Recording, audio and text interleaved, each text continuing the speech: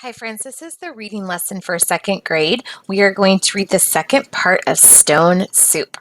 So you need your booklets open to page 18. You need a pencil and a highlighter. We're going to start by rereading our story events that we wrote just to remind ourselves of what has happened so far in this story. So on page 18, we wrote story event 1. An old man walks into a village and asks for a place to stay and a meal to share, but the village is too poor. Story event 2 on page 19. The old man starts to make his stone soup by boiling water in a large pot. He wants to share it with the villagers. Story event 3 on page 20. He takes a large stone from his coat and drops it in the boiling water. And then you were supposed to write your own story event on page 21. So yours probably is a little different than mine, but here's what I wrote. It should be similar. The villagers start to gather around, and the old man says that stone soup is even better with cabbage. So I'm so curious to see what happens next. Let's turn the page and get started. So we are on page 22. Have your highlighters ready. We are going to be highlighting and writing 4 more story events. Here we go. Soon, a villager approached with a cabbage. "I had a good crop this year," he said. He added the cabbage to the pot. "Wonderful!" cried the old man. "I once had stone soup with cabbage and a piece of lamb as well. It was a feast for a king." Soon after that, the village butcher came up to the pot. "I was saving this small leg of lamb for my Sunday dinner. I could make something else then." He dropped the lamb into the pot. All right, so let's grab our highlighters and let's highlight some things that we learned. So remember, the man says that he thinks the stone soup is even better with cabbage. So a villager comes and adds cabbage to the pot. And then the old man says it's even better with cabbage and a piece of lamb as well, which is even great for a king. So let's go ahead and highlight that information.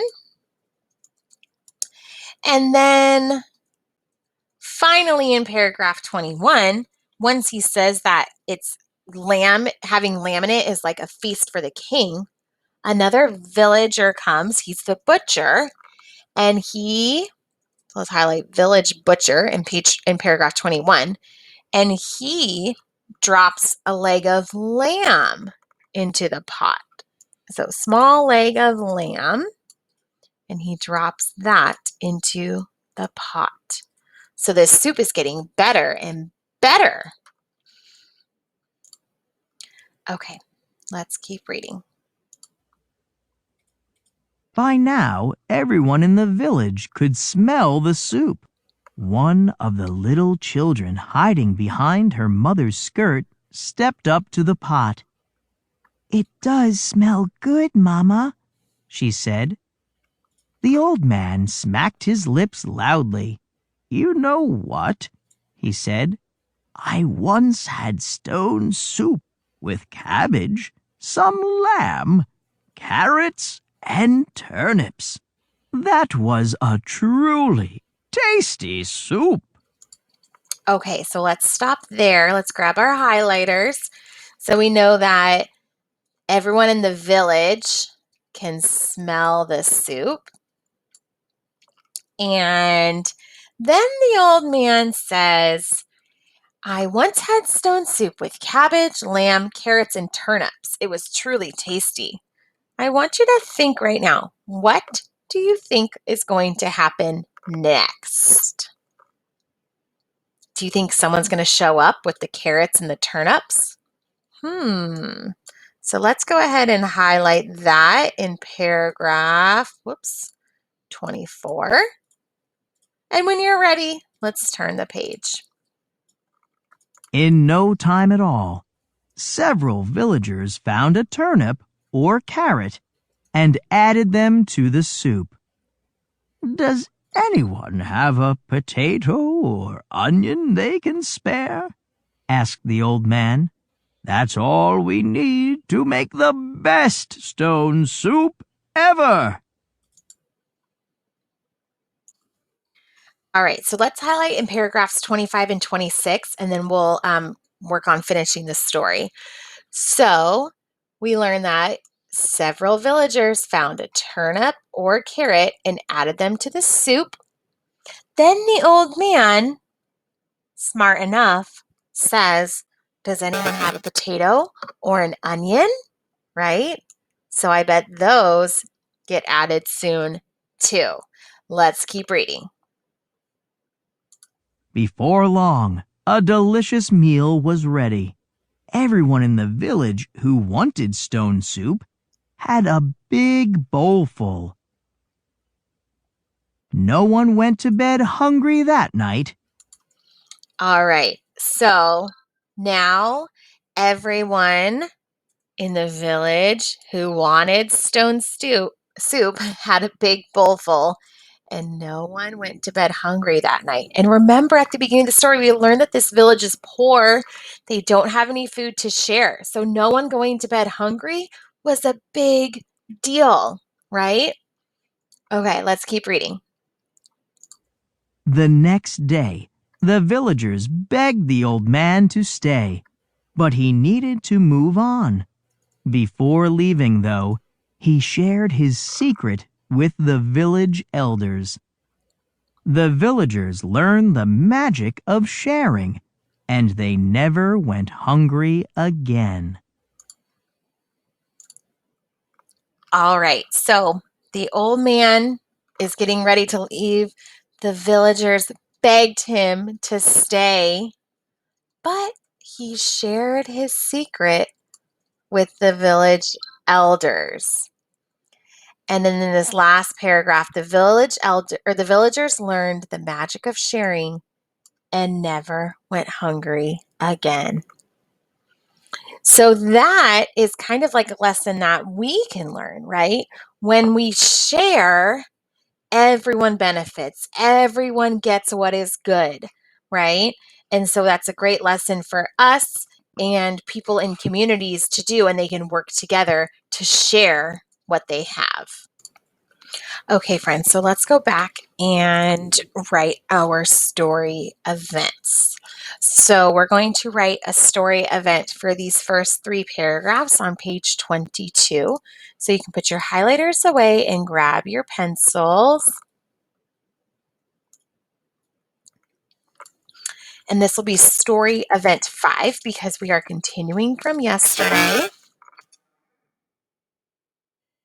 So if we kind of go back and look at our highlights, we know that there gets cabbage added to the pot and that the village butcher also adds lamb to the pot. Okay, so we probably should include both of those things. So a villager adds cabbage to the pot, and the butcher adds a leg of lamb to the pot.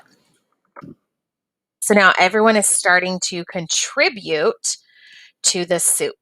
If you need to pause the video and write that, go ahead. Otherwise, we are going to move on. So story event number 6. Whoops. We'll write on page 23. So now what starts to happen is the old man says that it's even better with some vegetables, carrots and turnips. And then, as we suspected, the villagers start to add vegetables to the soup. So we'll go ahead and include that here. The villagers add vegetables to the soup. All right, when you're ready, we can turn the page. If you need to pause the video, go ahead. On page 24, we are going to write a story event for paragraphs 27 and 28. So story event number 7 with a colon. So once the soup is ready, everybody gets a big bowl full. And remember what we talked about from paragraph 28? Nobody went to bed hungry that night.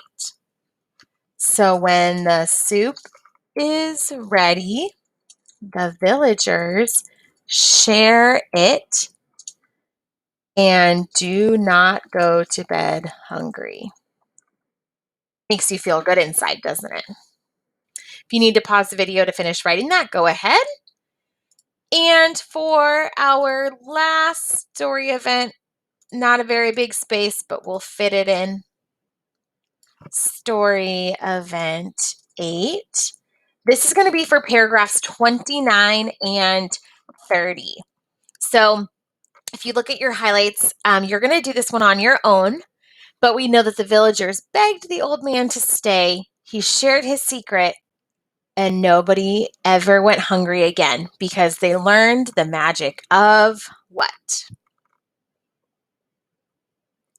All right, I hope you figured it out. So go ahead, write your sentence about the last 2 paragraphs, paragraphs 29 and 30. You're going to then submit it to me on Canvas. You can either type it out, what you wrote, or you can read it to me. All right, great job today, friends. We'll see you later.